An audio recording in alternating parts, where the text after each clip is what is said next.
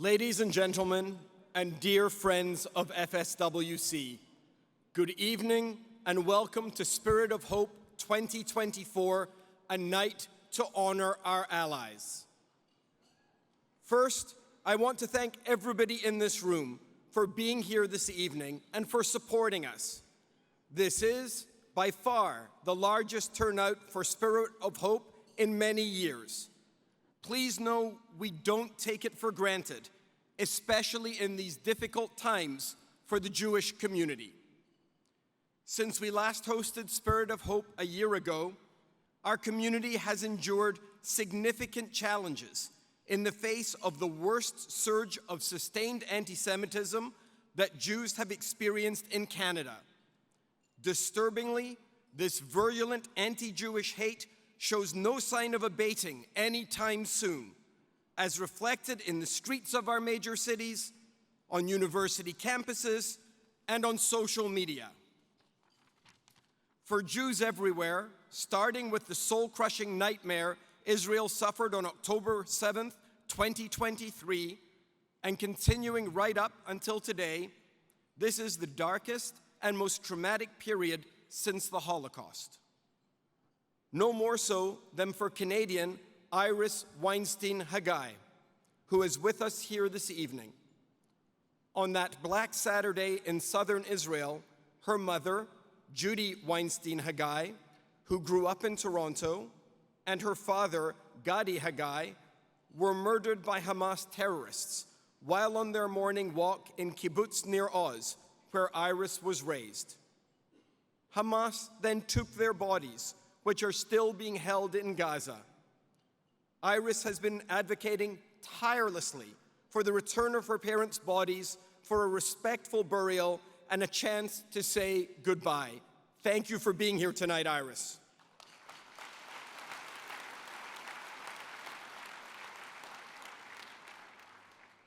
Also severely impacted are the Holocaust survivors, for whom the past year, as we just saw in the video earlier, has been particularly painful.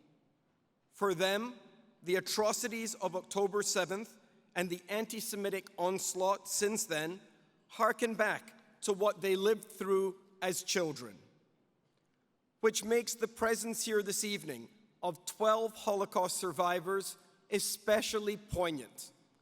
They are central to our work at FSWC, teaching the lessons of the Holocaust to young people every day.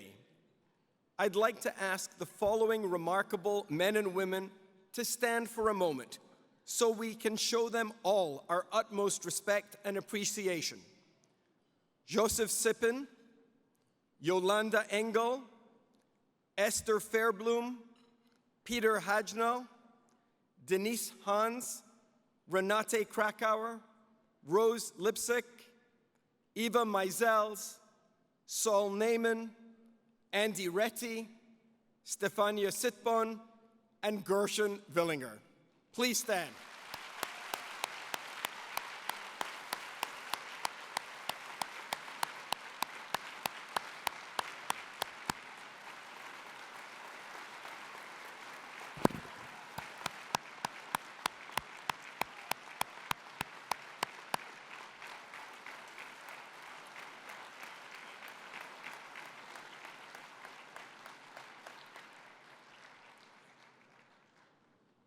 This has been an agonizing year for Jews in Canada.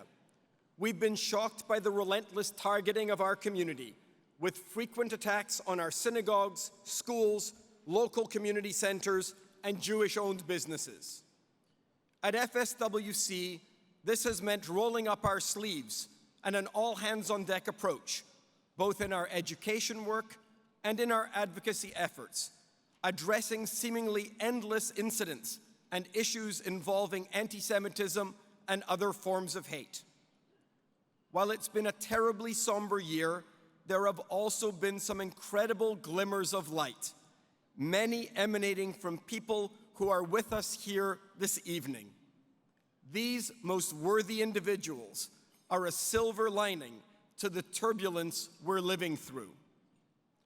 As a people often forced to stand alone, Jews have a time-honored tradition of recognizing those who defy the forces of hate to stand with us in our times of need. Just think of the Holocaust and the righteous among the nations, non-Jews who with immense courage and often at great personal cost, sometimes even paying with their lives, stood up for their Jewish fellow citizens against the Nazis and their collaborators, often saving them from sure death. Today, while the stakes may not be quite so dire, we've seen people from other communities come forward, demonstrating a similar moral clarity and strength to stand with us and denounce the hate directed at Jews. For this, allies and their families are sometimes subjected to abuse from the haters. The impact of their solidarity cannot be overstated. Looking out at the audience tonight, I see lots of allies from many different backgrounds who understand that hate against any one of us is hate against us all.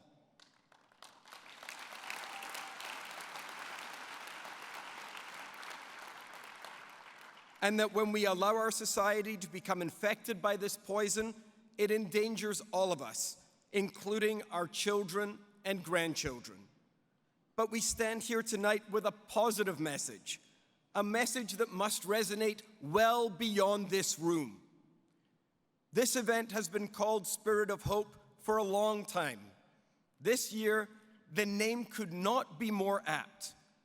Despite the current reality, the Spirit of Hope burns bright in this room tonight. All you have to do is look at our honorees. Look at how many allies have joined us here this evening. It's a reminder of the importance of building bridges with others, that we are not alone, that Canadians are coming together because it is the future of our country that is at risk from the forces of hate.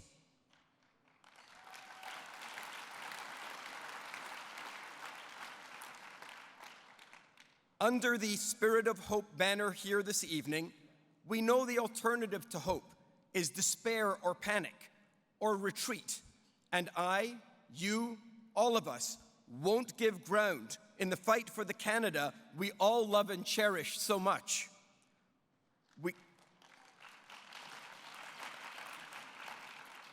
We come together tonight with the conviction that all of us, in common cause, can build back a Canada where the values of respect, tolerance, and compassion rule the day. And that takes courage and moral fortitude. It takes a firm commitment and a belief in never being silent, being an upstander, never a bystander.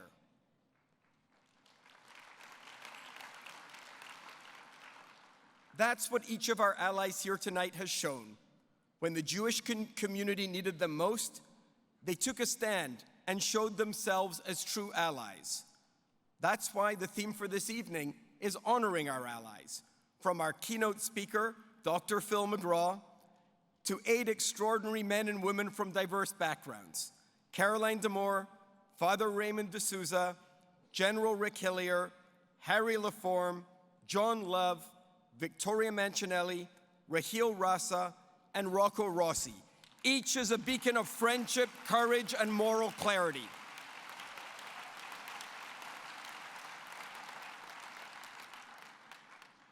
This has been clearly evident over the past year when so many others have been passive and looked the other way. But to keep the tone positive, I'm not going to dwell on those who have remained silent and have failed to take a stand against rampant Jew hatred. What I am going to do is recognize elected officials from all 3 levels of government who are here tonight because they are allies. We invited them to sit at your tables because they've stood with us in this difficult year. They're not here out of obligation. They're here because they've remained constant.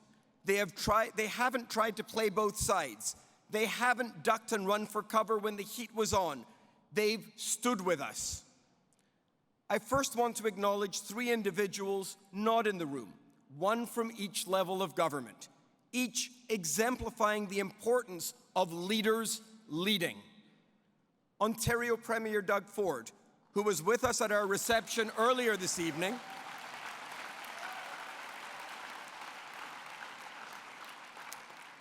Leader of the Opposition, Pierre Poilievre.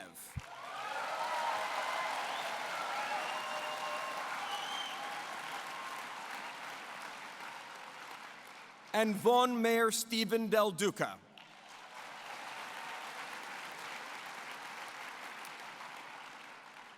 Each has shown the impact of setting an example from the top, which resonates far beyond their individual actions.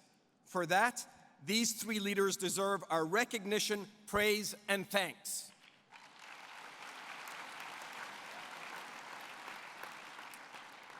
We're also incredibly grateful to have many elected officials as allies here tonight. Please stand and remain standing when I call your name, and I ask the audience to please hold your applause until the end. On the federal level, the Honorable Michelle Rempel-Garner, the Honorable Marco Mendicino, and MP Kevin Vuong.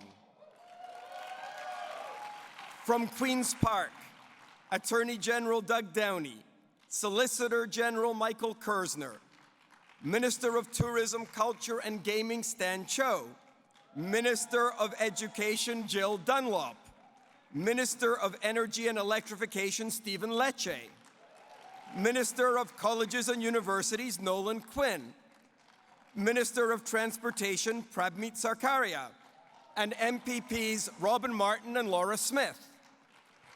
And from Toronto City Hall, Deputy Mayor Jennifer McKelvey and City Councillors Brad Bradford, Josh Matlow, James Pasternak, and newly elected City Councillor Rachel Chernos-Lynn.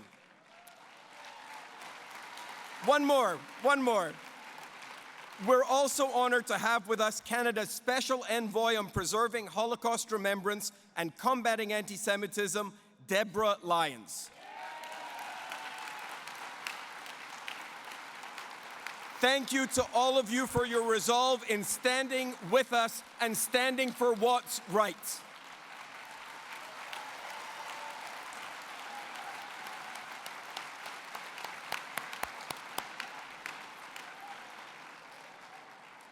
Before I conclude, I want to express my profound appreciation for the lay leadership of FSWC, whose constant support and guidance allow our organization to have the impact that it does.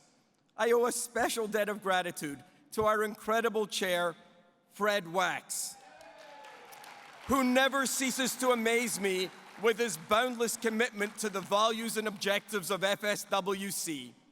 Likewise, I tip my hat to all our remarkable board of directors and our ambassador circle for the loyalty and generosity they always show our organization. I also have the good fortune to be blessed with an outstanding professional team with whom I have the utmost pride and pleasure of working with every day. There's so much the reason I look forward to going to the office every morning. I constantly marvel at their passion, commitment, and intelligence in ensuring FSWC makes a positive impact in the work that we do. Would the entire FSWC team please stand for a moment of recognition and my heartfelt appreciation.